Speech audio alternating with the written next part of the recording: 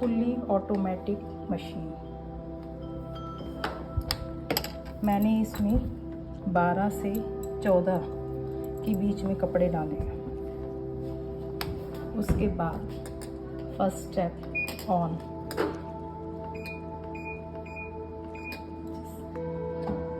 Second, third and start.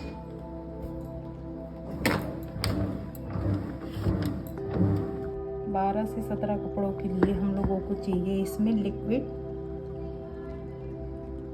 Only. Done.